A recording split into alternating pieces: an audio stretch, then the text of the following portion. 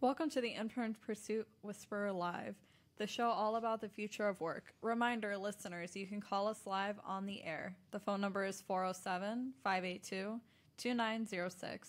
You can also chat with us online through Intern Pursuit's Facebook live chat. Coming up on this episode of the Intern Whisperer Live, looking for internships? Sign up with Intern Pursuit at www.internpursuit.tech. And you can follow Intern Pursuit on our social plugs. That's Facebook, LinkedIn, Twitter, Instagram, and YouTube at Intern Pursuit. Intern Pursuit game website is internpursuit.games. Intern Pursuit Games is on Facebook and facebook.com/internpursuitgame. Intern Pursuit Games is on Twitter at Intern Pursuit GM. Listen live on Valencia College Radio. Follow Intern Whisperer.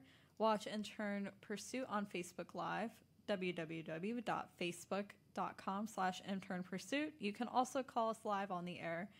The number is 407-582-2906, and you can also chat with us online through the Facebook live chat.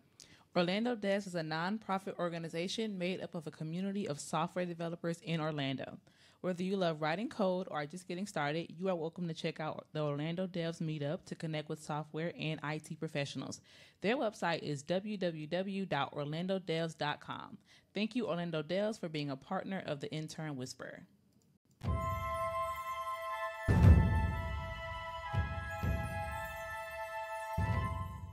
Intern Pursuit News. Students, do you want to work with one of our great employers or with Intern Pursuit? Go to internpursuit.tech to sign up and create your free profile.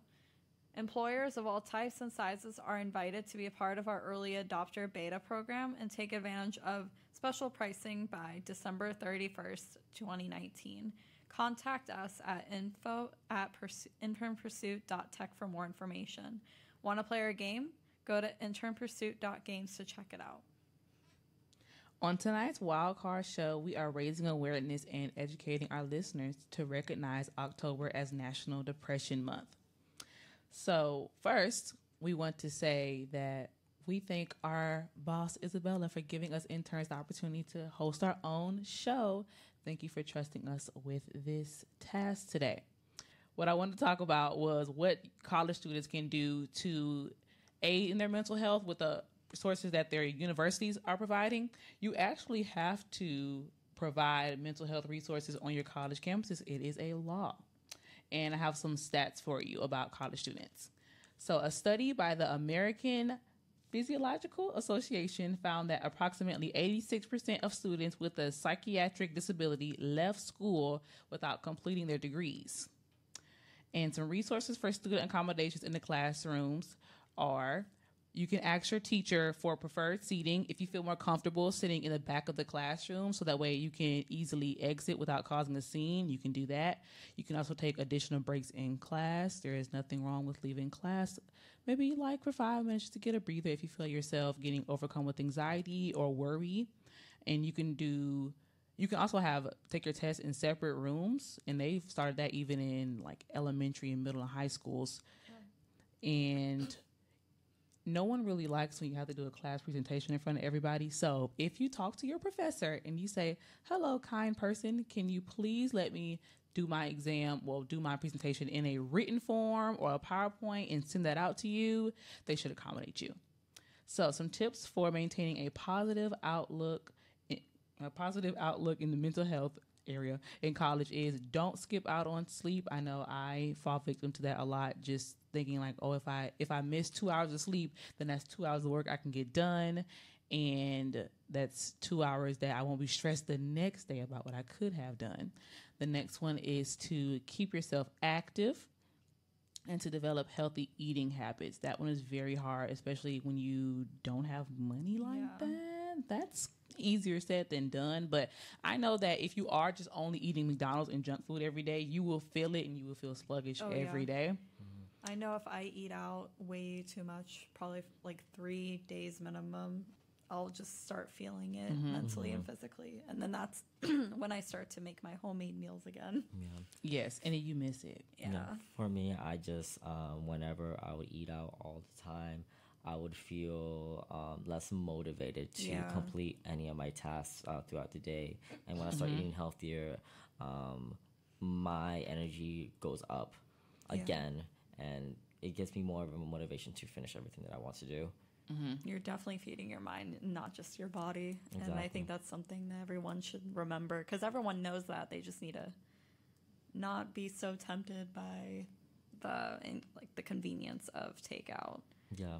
And actually go to the grocery store and make your food at home, because your body will thank you for it, and so will your mind. That's true.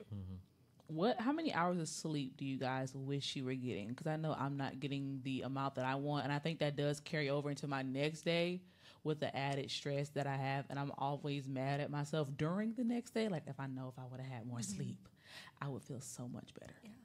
So, I would love to sleep at least 8 hours a day. Yes, That's what I was gonna say. That's goals. Yeah, exactly. That's one of the big. I know that's one of the biggest requirements for adults to have, is to have at least 8 hours of sleep. But that's not possible for me at this time. Right. You know, I mean, we're in school, we're in college, we People have have things stuff to to do, to pay our bills. So right now, at this time, I sometimes would have sometimes 4 hours, 4 hours of sleep. Sometimes even less. It depends on what I have on my plate, especially with school. Sometimes I'll be overwhelmed with everything that I'm doing, that I will only sleep 3 hours. Sometimes I will pull all nighters just to study for one of my exams that's going to be happening the next day. Even though that's not like the ideal, that's something that I sometimes would have to do. But I would love to sleep at least 8 hours to make myself feel rejuvenized. Yeah. Right. Same. So you might be wondering, how do you request all of these academic accommodations we talked about? So you should identify who to speak with at your school. So the majority of colleges have offices devoted to disability services, but students can also check with the campus health center or with college mental health counselors. Now at UCF, they do have CAPS, and I cannot think of what CAPS exactly stands for. Maybe it's counseling. I don't know per se. We don't know, Yes. but we know how helpful they are from personal experience. And you should check, and it's free also. Like I mentioned when we were playing the show, I think more students should take advantage of those free resources they have at school, because after we graduate, there is no more free therapy. This is the time. If you have issues, get them out now, when you don't have to pay hundreds of dollars an hour to talk to somebody. You're already paying for it in your tuition. Yeah. So go ahead and use that. Yeah, and that goes with every single school that any student is like going through it. They can always rely on their student resources, because I know you're paying lots of money for your classes, for everything to go to the school, and I know every school they do provide some type of source for you to rely on, whether it's mental, physical. You can rely on those resources for you to make yourself feel better mentally and physically. Yes. So schedule an appointment with your Office of Disabilities. So I know a lot of times they need you to have a physical form to prove whatever your disability may be. But do what you need to do so you can get that without a problem, because college is already hard enough just for someone with an average, quote unquote, level of stress. But if you're really battling mental illness, that's another layer of challenges for you to get through. So I think you should use all of your resources. That way you can get your degree that you started with. Do any of you want to talk about your personal experience with CAPS? I can. I recently started going in CAPS last semester, around the spring of this year, of 2019. I was just originally going through it with school. I was very overwhelmed with everything that I had on my plate. So there have been moments where I would have like anxiety, like these constant like anxiety attacks every night, because I was just very tense for the most part on whether I'm going to finish all my assignments or not, whether I can pay my bills. At that time, I was working at Pizza Hut, so I wasn't really getting like sufficient enough money from my job. So I was just freaking out for the most part. And then after just a certain situation just clicked on my head, I just started to go to CAPS, and Ever since then, I just been talking about my feelings towards my psychologist, and I was able to just release those thoughts that I've been suppressing in my head throughout the whole time. And he was the one that helped me to just become more comfortable with myself and become more motivated on completing all the tasks that I needed to do without like stressing too much about it. That's when I also realized that I had an anxiety disorder also, because I did have social anxiety, but I never really admitted it. And he really helped me out on providing a solution to not suppress, but how to deal with those circumstances a little bit better than I was doing originally. And CAVS really helped me become more confident with myself and find those who are able to those friends who I'm able to rely on whenever I'm having these difficult situations. So I'll feel I guess more confident about my mental issues and actually open up to them about my circumstances, because not everyone's dealing with something in some way or sort. Everyone has some type of stress that they're going to be going through. Like, we're in college, everyone is stressing, so I would recommend not to deal with those circumstances by your own. Yeah, for sure. I think everyone knows that everyone's going through something, but I feel like it's sometimes forgotten. And because we're so tunnel vision with our own lives that we sometimes forget that other people are also going through stuff that's not easy. And it's awesome that CAPS did help you. And I hope that there are viewers listening who go to UCF and who can use these resources, because they sound great. And I know at Valencia they have on the back of our IDs, it says for Bay Care, I believe it's called. And that's a resource that Valencia students can use. So. And I did Google, because Google is our friend, what CAPS stood for. CAPS stands for Counseling and Psychological Services at UCF. And I went to CAPS for a counseling session one time because I was really stressed out about my future job situation. A lot of the times the future is what really keeps me up at night. It's like barely what's happening in the now, but it's the unknown of the future that causes a lot of anxiety. And I know that's not just me. So I had one meeting and I feel like I knew what to do so I could feel better about my day to day as I'm waiting to get to my future career goals, as like, to work in entertainment and TV and stuff. But I felt like I was wasting my time working at a grocery store. And I was like, what can I do? Like, I feel like I'm in a rut. And I was already thinking, maybe I should get another job. Maybe it's just that simple. And I had one session and the nice lady said, you know what? Maybe that would make you happier. Maybe you can make a small shift in your life and that would change your perspective on things and give you some more joy in your day to day as you are in the waiting process to get to your future career goals. And I got a new job and it really did do things. And I was like, okay, thank you. Like that was it. You've done a lot for me and I appreciate it. Also, I just realized we didn't introduce ourselves. I'm Sydney. I'm Giancarlo. And I'm Miranda. And thank you again for listening. And that brings us to our patron. So we just want to thank Starter Studio. Starter Studio is a pioneering hub for innovative and tech-enabled entrepreneurs that empowers and provides resources for entrepreneurs, creatives, and innovators to begin, grow, and flourish in Central Florida. They offer open community educational programs, accelerators, funding, and collaborative workspaces. Starter Studios fosters a community serving as a platform for the ideas of the future. Their website is www.starterstudio.org. Thank you, Starter Studio, for being a patron of the Intern Whisperer Live.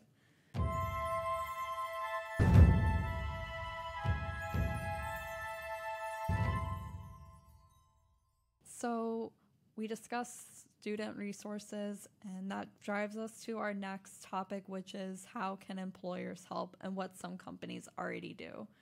One quick stat is about 97% of companies with more than 5,000 employees have an EAP, which is an employee assistant program. I believe that's important because bigger companies should focus on their employees as well as smaller companies. And I think if more companies did this, even more than 5,000 employees or less than 5,000 employees, I believe every company should have it. Just because you're in your field doesn't mean you're no longer stressing. Because I know that there's so many people who are in their dream job and they're stressed more than ever. So it's good to have those resources. I know one of my friends up in New York, she works at a public relations firm, and they have like yoga instructors in the place, in the office, so they can relax and do all that. So I think that's just really beneficial. And do any of you work at any place that offers mental health, like personal days, anything like that? Well, I work at UCF, and we talked about CAPS. Now, I don't think my bosses have ever told me it's verbatim that it's okay for me to have a mental health day. Like I don't have the flu, no one died in my family. Like, it's strictly okay for me to just not be feeling well emotionally, and that's an okay to not be there. I've never had that experience, and it's sad that I think most employers only care about, okay, who are you going to get to cover your shift? Like, they don't care at all why you're not there. All they care about is who is going to cover that space on the timesheet that day. Well, I work for insurance. I work at State Farm. Right now, I don't think so from what I know of. I've only been working there for 3 months. But I do know that they do raise awareness towards like mental health. That's awesome. I mean, especially like since we do not just provide auto insurance, we also provide health insurance, life insurance, etc.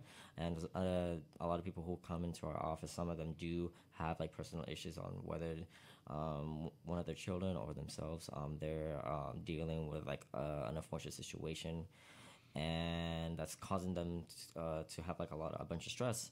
So we just try to comfort them as much as possible, and we try to do the same thing with our employees. For the most part, we don't curse at all. We don't try to bring any type of negativity in our office, and when we do, we try to keep it as private as possible. And I know our manager, my manager specifically, he will bring us to his office and he'll just ask like what's going on, and he'll just try to comfort us as much as possible. That's awesome. And that's pretty rare to find in some places. I know one of my jobs, I'm not going to name, not because of any bad thing. Regardless, I work, one of my jobs, one of the orientations that I had, they did explain that mental health is a thing. And if we ever need to take a personal day, just to let them know. And we actually have a call-in line. That way you don't have to actually talk to your manager, because that adds a lot of anxiety. Yes. And also it's just they have a lot of employees that if everyone called a manager, their phone would probably be ringing off the hook all day. So they have that call-in line, and you can either call in personal or call in sick. And I think it's awesome that they brought awareness to that during the orientation and brought up that, hey, sometimes you just need to take a personal day, and that's okay.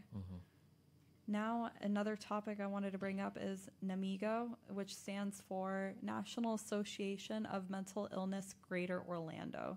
Their mission is dedicated to improving the quality of life for individuals and supporting their families affected by mental illness through education, support, and advocacy.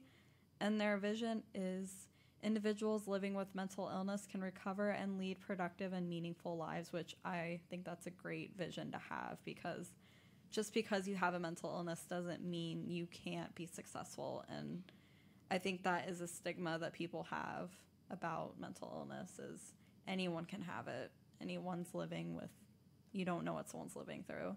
So I recommend definitely checking out their website, which is www.namigo.org. They're not sponsoring this or anything. I just think they're a great website. And they offer resources and classes to help families and people with mental disorders, whether you're seeking education or support for yourself or a loved one. NAMIGO is there, so check them out. Okay, now self-care. What does this term really mean? We hear this thrown around on Instagram every single day. Someone will post on their story about some Oreos, #self-care, which I believe that is. So if you're busy and struggle with finding ways to take care of yourself, here are some tips found from www.success.com and from psychologytoday.com. So the first one is establish a morning routine. I tried to really establish a good one this fall semester, because it's something about fall, something about that new school year. You really want to put your best foot forward that August. You're like, I'm going to turn in all my assignments. I'm going to get 8 hours of sleep, like we talked about, which is very rare. And you put out all your clothes the next day. Like when you Google morning routines, like I did to research, most of them say, put out your clothes already. Have your homework done. Don't play on your phone first thing in the morning. And it's all these things. And it was kind of hard to figure out, okay, which one would I actually do and get the most out of? So I've established one that I've been doing for about a month. And it actually is good. And it is, I'm normally not a morning person, but somehow, some way, I've been able to wake up at 6 a.m. And I like to, pray, meditate, eat breakfast, have my coffee, and just calm myself before I go out into the day. Because once you get out into the day, everything's just rushed and happening so fast. So I feel like if I center in the beginning, I'll have a peace that I can carry throughout the day. Do y'all have a good morning routine? I know with my nighttime routine, I more have a nighttime routine, and that is I usually shower at night. I'm not a morning shower person. I think it soothes me at night. I take a warm shower, and then afterward I do my skincare routine, and that really relaxes me. We love a good skincare routine. I don't know what it is. It's very relaxing for me. And then it's kind of taboo because you're not supposed to have any electronic time before bed. But one of the things I do to relax is watch a couple episodes of a show that I've been watching and then just relax and go to sleep. Yeah, I think watching something good will get is it pheromones? Is that what it is? The happy juice in your brain? What is it? Oh, it's not pheromones? Serotonin. Yeah. Oh. That's a natural sense. You're right. I think if you watch something that makes you happy before bed, you might sleep a little bit better. Gets your mind off of things. Yes, gets your mind off those stressful things. What about you, Giancarlo? Well, for me, I'm like quite the opposite. Yeah. I'm a morning person. Okay. I do my morning routines that help me like soothe my body and get through the day a little bit better. When I wake up, I decide to work out. Like I do a 20-minute jog. Every morning. Yep. Oh wow. Yeah. I try to, because whenever I work out in the morning, it keeps me energized for the rest of the day. True. And afterwards I take a shower, I soothe everything out, I feel relaxed, and then afterwards I'll have my breakfast, generally like a couple of fruits like bananas, strawberries, some yogurt, etc. And then afterwards I'll just bring my water bottle everywhere, and that's about it. That's so funny because if I work out, it's usually at night or in the evening, so it's kind of fun. Same. Yeah. We're never starting our day, not at 6. Yeah. I'm used to be the same way until I started actually doing it, because whenever I would work out at night or in the evening, I wouldn't fall asleep. Yeah, so it's probably improved your mental health a lot. Exactly, yeah. Doing your serotonin, because working out gives you that energy. Yeah. Endorphins, that's the word I was looking for. It gives you endorphins. Maybe that's what I was looking for earlier too. Yeah, because when I remember, I used to work out every single day, and I just felt so good because those endorphins are just pumping. And then how do you guys reward yourself? Do you guys ever treat yourself after a long day? I almost lied and said all the time I don't. But treating yourself is different for every person. Yeah, it doesn't have to be money-wise. You don't have to spend money. Maybe you're spending time doing something you really like that you normally put off. Maybe that's coloring or watching movies, or buying frozen yogurt like me. That's how I treat myself after a long day. Or getting some Chick-fil-A. That's spending money, but I just feel like I deserve it after I worked really hard. When you mentioned coloring, I know that they sell those coloring books, the adult coloring books. I love them. I've had one. I have a few, and I actually really like them. So if you guys haven't tried that, I would. Yes, it's they're very in Walmart, relaxing. Target, Amazon. Yeah, that used to be actually part of my nighttime routine at one point, was coloring a couple. Yeah. That's cool. Because you have to focus on where you want this color, it just takes your mind off of everything else. Yeah. So all you're thinking about is, where do I want to put the blue shade? As silly as that sounds, that's No, all that's you're real. thinking about That's so real. instead of your work anxieties or school anxieties. So it's Yeah. just a nice break. Do you want to talk about this? Yes, the next one listed was getting rest. We literally just had a whole Yeah. back and forth about how much of a struggle that is. But every night I go to bed with the intentions that I'm going to get 8 hours. Now, I feel like if I get into bed at 10 to 6, that's 8 hours. But it really turns into like a 12 to 6 or a 1 to 6 or a 2 to 6. So it's a work in progress. We're trying. Saw this one online, and something that I try to do is reflect on the positives throughout the day. If I had a horrible day, I like to try to take a step back and quote unquote humble myself and actually look at the good times in my day that I overlooked because of all the bad. Like sitting in traffic for the longest time, but once I got to where I was supposed to be, I had a great time. Even though the traffic wasn't good and it stressed me out that I was going to be late, at least the rest of my time at my destination was good and it made it all worth it. Kind of stuff like that is just acknowledging the positive aspects in your life, your day, anything, no matter how hard your day is. You might have found a quarter on the road and that was a positive thing for you. Just like little things like that, just not overlooking them, because in the grand scheme of things, it gets hard to not overlook the little things. Yeah. So That's true. I used to journal so much in high school, and I kind of fell off, but it gave me that same feeling of just unloading all into the paper, everything that I felt like I couldn't express verbally, because when I write, I just get way more out than what I can have in a single conversation. So I suggest everybody maybe take that up. Just give it a try. Maybe give it a try tonight or tomorrow night before you go to bed. Just write everything out from your day. That way you can kind of unload before the bed and take it on the next day. yeah. So are any of you two type A personalities where you have to have everything planned out for the day? I used to be, but not anymore, especially with how sporadic my schedule can be. Right. I just gave up on that scheduling. Yeah. And generally, I'll just go with the flow. Same. Whatever happens, it happens. Because from people that I know who have to have everything planned, I notice that they do have planned personal time, and I think that's important. I was wondering if any of you two have had to do that or anything. I've never done it before, but I did hear about that tip. Yeah. And on in several websites actually, in regards to mental health. I know it's very important for you to actually plan out your personal time rather than just having it randomly. And that's something I need to work on. Yeah. Personally, but I know I have a couple friends who do plan out their personal time throughout like their day-to-day basis. So Yeah. By nature, I'm not a planner, and it's not natural for me to plan my personal Same. days. But Yeah. as the past few months, I've almost had to become a planner, even though, again, by nature, it's not natural. But with making my schedule and mapping out which days I can actually take a breath is nice to have. And I've been having to do that a lot more.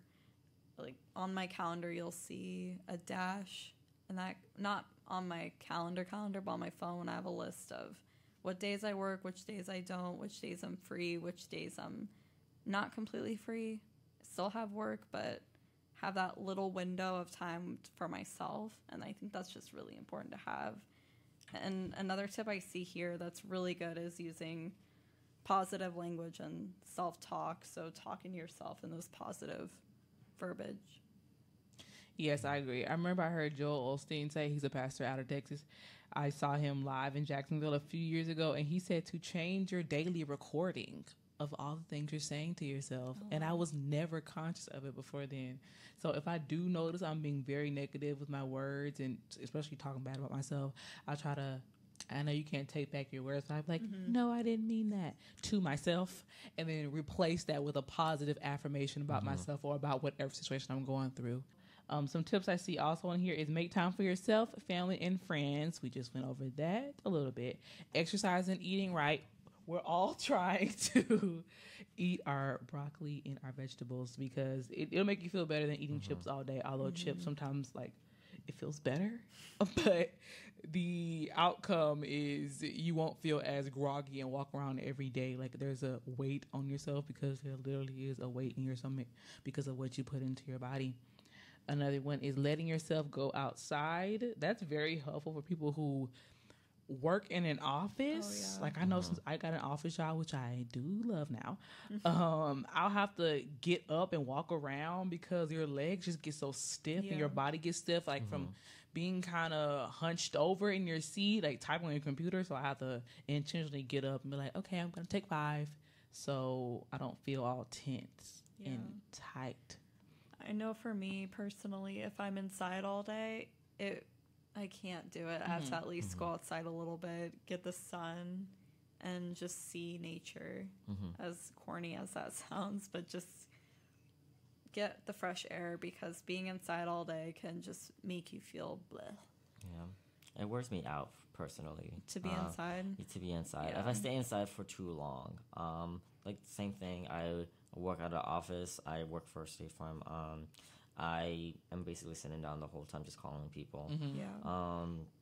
So like every now and then I will try to get up as much as possible, and then especially on my breaks, because generally I will work from 8:30 to 6 p.m.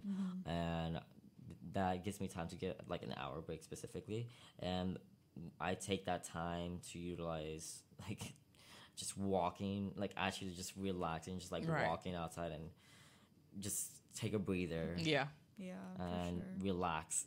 De-stressing. Because I know I get restless if I'm inside way too long. Yeah. I need to just take a walk outside or something. And living in a neighborhood, it helps me because I can have that sidewalk. I can look at everything. And so it's just nice to have that thing you have to yourself. Yeah. What is you guys' favorite self-care tip? For me personally, I would just say just work out. Like, I would personally just say work out at least 10 minutes. Just stretch a little bit. Just loosen up your muscles so you can feel more active throughout the day. Because if you don't stretch out, then you just feel like you haven't done anything. So I would recommend definitely just at least stretch. Yeah. My favorite self-care tip is definitely journaling, getting yourself involved in the arts.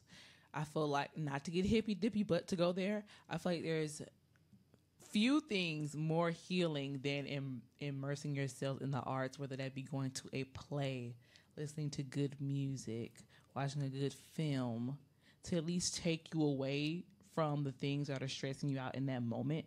And maybe when you get back, I know I have experienced this, when you come back from the artistic event you just went to, maybe you'll have a different perspective on your current situation and the thing you're battling with, because that has happened to me.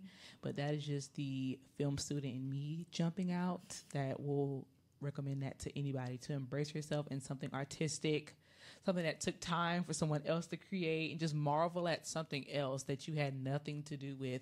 And I promise you that you will become so inspired when you come out of that. And you'll feel a little changed and more motivated to change what you are not liking about your current situation. For me, it would just be, which both of your guys' I agree with. For me, cooking a dinner and actually buying ingredients and cooking it, getting my mind off of it, of everything, knowing that I'm going to feel better putting something I actually made in my body instead of a drive-through. And also just taking walks outside and just getting fresh air is very important to me. Okay, so we looked up things about the future of mental health. So we found a survey, and it says the company surveyed 1,000 full-time U.S. workers and 500 managers. It highlighted that workplaces of today are falling short in creating positive environments for their staff, particularly when it comes to their emotional health and work-life balance, which we all can imagine, i.e., every Amazon worker strike that has happened in the year of 2019. Of the employees surveyed, 90% said they they perform better when their employer supports their emotional wellness. Yeah, But less than half of managers reported making a point to discuss emotional well-being during regular checkups with their teams. so what do you guys think is going to be, what do you guys hope that's going to happen with future employers and workplaces when it comes to mental health? I want personal days to be more common. I've never heard of that until this year. I know companies like Google and YouTube, like the big entertainment companies, they always have a ping pong table or little areas within their office so people can de-stress. And I think more areas or more workplaces should incorporate that. Just a place where people can get away that's not just the break room. I think that'll be good. Also, I really hope that more jobs extend mental health care to people that, like, you know how we say, oh, when I get a full-time job, I'll finally have benefits. I wish it was that people who work part-time can get those same benefits because they need it as well. Like, I don't think that the resources that can be provided to people should just be for those who are rich and who can afford it more. So I wish those people that didn't work full time or didn't work that much or weren't that financially well off would have those same opportunities through their companies to get their mental health together. I agree. Yeah, for me personally, I would recommend just to become more active in the workplace. Just like bringing like some type of treat for your coworkers, just to bring that little a positive environment Right. into the workplace. Because sometimes if you just like walking in there with like that negative mindset, then you won't feel Perform, fulfilled whatsoever. So I would just recommend just to bring like have other coworkers just try to bring like something maybe like once a week or maybe like every once a month we have like a personal day for all the coworkers just to hang out and relax rather That's than just cool. like it's not just knowing each other in the work environment and that's it. I would definitely recommend that because my job does it and I do think it's very helpful just to get to know my coworkers personally rather than just just explaining each other about what we've done throughout the day at our job. Shout out to State Farm. Yeah. Shout out They to sound State great. Farm. Yeah. They sound great. Yeah. Okay, well, do you guys think we can wrap up our show here? I think we've had a great I conversation. think we I did agree. too. Feel very fulfilled.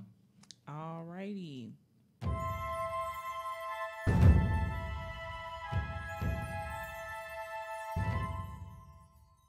So we just want to thank Valencia Community College East Campus. We love you, Q.